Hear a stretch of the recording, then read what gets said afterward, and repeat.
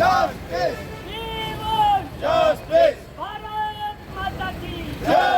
ભારત માતા કી એક અને માત્ર એક જ નિયમ અમે ચેન્જ કરવા માંગીએ છીએ કે જે ડી2 કેટેગરીમાં મૂકવામાં આવેલ છે એમાં અહીંના ડેવલપર બિલ્ડરો અને ખેડૂતોને ખૂબ જ મોટું નુકસાન થાય એમ છે અને એ નુકસાનીના ભાગરૂપે આપણને સસ્તા ઘરો આપવાની જગ્યાએ ઘરો મોંઘા પડે છે. ઓલરેડી અત્યારે જે વાતાવરણ છે એમાં નવસારી સહિત બધા આજુબાજુના વિસ્તારોમાં મંદીનું વાતાવરણ છે. કન્સ્ટ્રક્શનનો બિઝનેસ એ આપણી જીડીપીમાં ખૂબ જ મહત્ત્વનો પાર્ટ છે.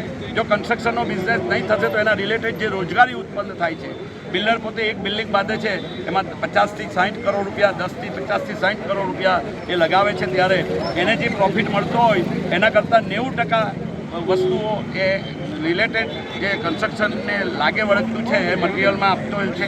એટલે જ્યાં સુધી આપણે અહીં વિરોધ નહીં કરીશું અને જો રોડ પર નહીં આવીશું તો આ સરકારને ભૌગોલિક પરિસ્થિતિ નવસારીની ખબર નહીં હોય.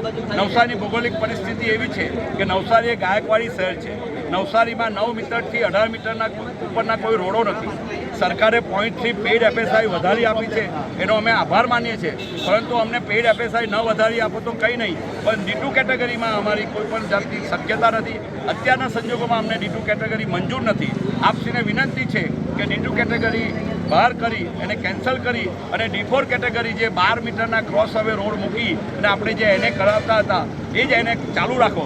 જ્યાં જ્યાં તમને ટીપી સ્કીમની જરૂર પડે ત્યાં અમે 40% જમીન આપવા તૈયાર છે, પરંતુ શહેરી વિસ્તાર અને શહેરની આજુબાજુના ગામડાઓ ઓલરેડી 80 થી 90% ડેવલપ થઈ ગયા છે. એ ગામડાઓમાં મને નમ્ર વિનંતી છે કે 12 મીટરનો ક્રોસ હવે રોડ મૂકી અને એને પ્લાન પાસ કરી આપો. સાથે સાથે રિવાઇઝ પ્લાનમાં મહત્ત્વનો પાર્ટ એ છે કે રિવાઇઝ પ્લાન પણ તમે આ જ રીતે મંજૂર કરો એવી વિનંતી.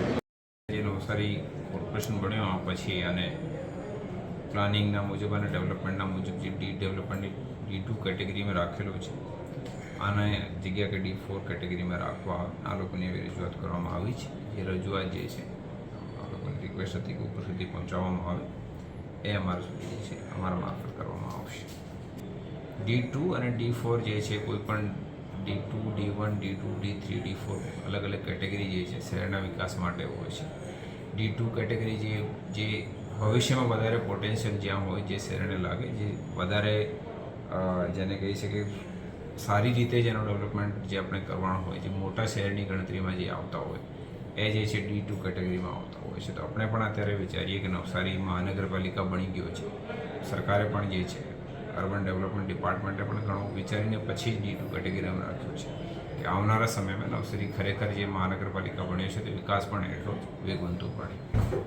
સરકારનું શહેરી વિકાસ વિભાગનું જાહેરનામું આવ્યું છે, જેમાં કેટેગરાઇઝ કરવામાં આવ્યું છે ડી4ના બદલે ડી2. રાજ્ય સરકારનો નિર્ણય છે એ બાબતે હાલમાંથી તો કંઈ કહી નહીં શકાય, પણ જે લાગણી છે પ્રેરણાની અમે માન્ય સરકાર સુધી પહોંચાડી દઈશું. Justice! भारत माता की जय! भारत माता की जय!